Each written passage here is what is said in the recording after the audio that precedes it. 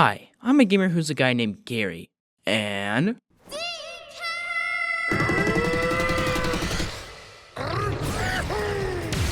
Yeah, I love this game. DK has been around for a while, starting in the arcades and continuing to make games. Donkey Kong Country, Diddy Kong's Quest, and Triple Trouble are amazing games. These were some of the best platformers in Nintendo's library. When two gamers walk into a bar and discuss about platformers, you know DK is going to be coming up in the conversation. Donkey Kong was still creating games sporadically. Donkey Kong 64, Donkey Kong Konga, Jungle Beat, Barrel Blast, and Mario vs. Donkey Kong. Then we got Donkey Kong Country Returns and Tropical Freeze. Ooh, they were great games, feeling just like the trilogy on the SNES, while being different from the others. I especially love Returns. My god, what a banger game. And then, silence. We got nothing for a long time. DK was only a cameo in Mario games and some DK ports, but no original Donkey Kong game was in sight. We waited, and waited, and waited, and waited, until a decade later.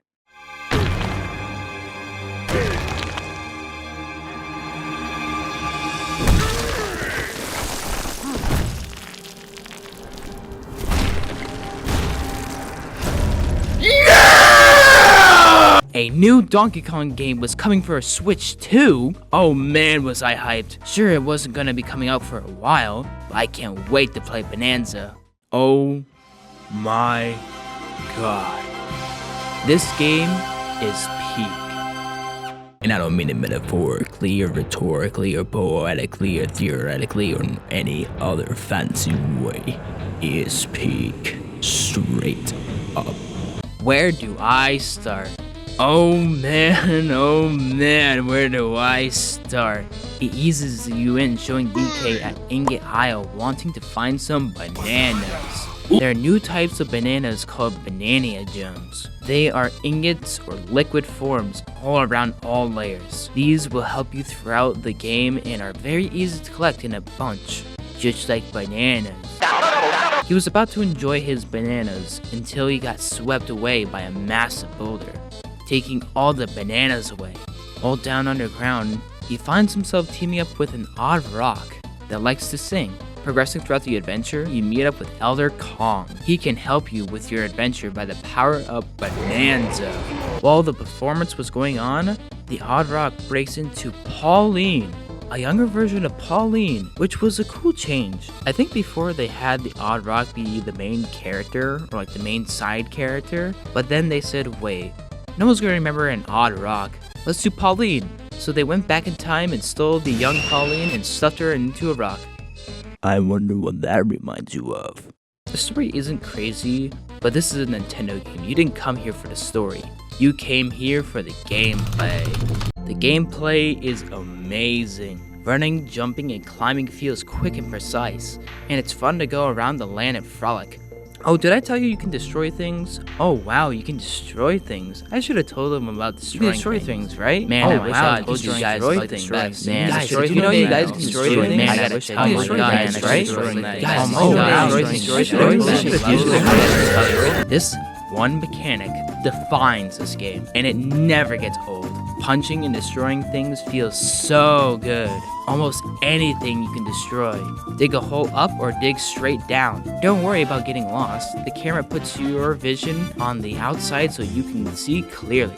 And you can make music to find a way out. Some person on the dev team was playing Deep Rock Galactic at work and they said, oh yeah, we're gonna make a game with this mechanic.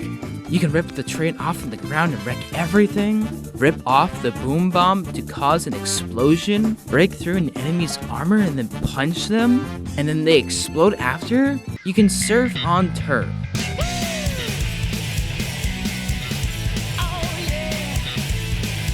Yes, you're hearing me right. Using the ground as a surfboard. Are you kidding me? You can even do some crazy jumps with these moves. Oh my god, the amount of stuff you can do. It's absolutely crazy. Man, this game just feels great to play. Break this and that, destroy whatever you want. This is greater when you have new transformations. by the power of the elders in Pauline singing, you have the power of Bananza. Gather enough Bananium to transform DK into bigger DK. This smashes through everything, and you can even charge up your punch and doing a massive punch after that. Transform into Zebra DK, making yourself faster and charging into enemies. Transform into Ostrich DK. Fly and drop egg bombs to blast your enemies from below. Transform into Elephant DK. Use your trunk to suck up parts of the terrain. You can even use them to throw boulders with the same type of terrain you stole. Finally, transform into Snake DK. This allows you to get massive height, and apparently it stops time? I mean, it's cool. These transformations make the game even greater. Being able to use these to advance your way throughout the adventure and adds a lot of platform praise to this game. You can even swap between them while transformed. There is a timer for how long you can be in form. All you need to do is collect another batch and reset the timer. Oh my god. There is so many people. The Odyssey devs really like collecting a bunch of things. This might be a negative if you didn't like collecting a lot of the power moons in Mario Odyssey.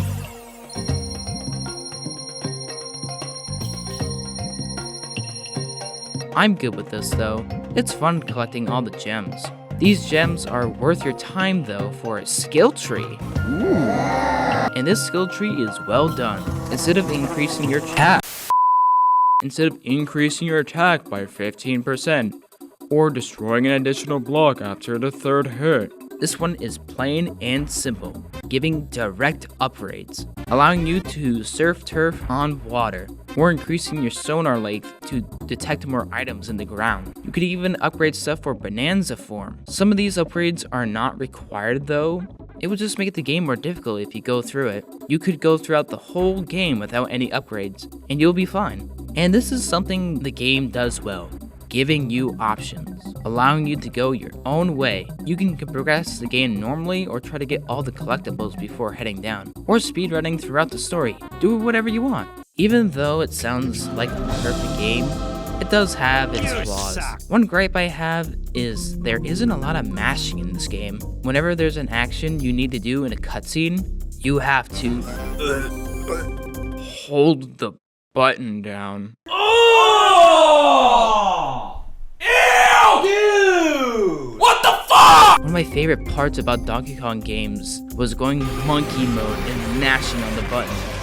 It was short and just sporadic. It made you feel like a monkey just doing whatever you want. Another gripe I have is some of the bosses are way too easy. The first few bosses were a cakewalk and I was a bit disappointed. It's not that they weren't creative, but they took way too much damage. Luckily, bosses do get harder near the end of the game. This one could be a dumb thing, but sometimes I miss a tiny bit of the terrain and it counts as a hit. I understand how hitboxes work, but sometimes it's just, really? I get hit by that? My last gripe is the frame rate. Sometimes the game slows down because how much is on the screen. I'm actually impressed this is running on a handheld console. Like, look at this.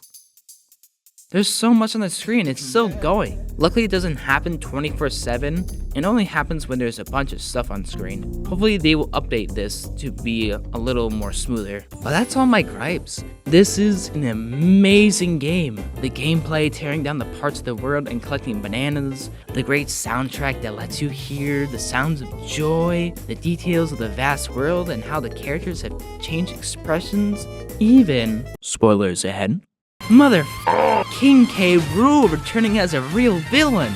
Even though somehow I knew he was going to be in the game, it still surprised me in the end. That's K. Rool's belly. The other looks like K. Rool's belly. Oh my god, I knew it! I knew it, mother. Oh, yes! Oh, I knew it. There he is. And when you chase after him, the enemies turn into Kremlings. They even did a credits fake out. And after all of that, there is still more. God. Oh my god. Well worth the wait. Well worth its $70. This is Nintendo's 5th game on the Switch 2. And it's so good. I'm going to guess this is going to be one of the best platformers of 2025. One of the best. Dude, I think I'm going Bananzas.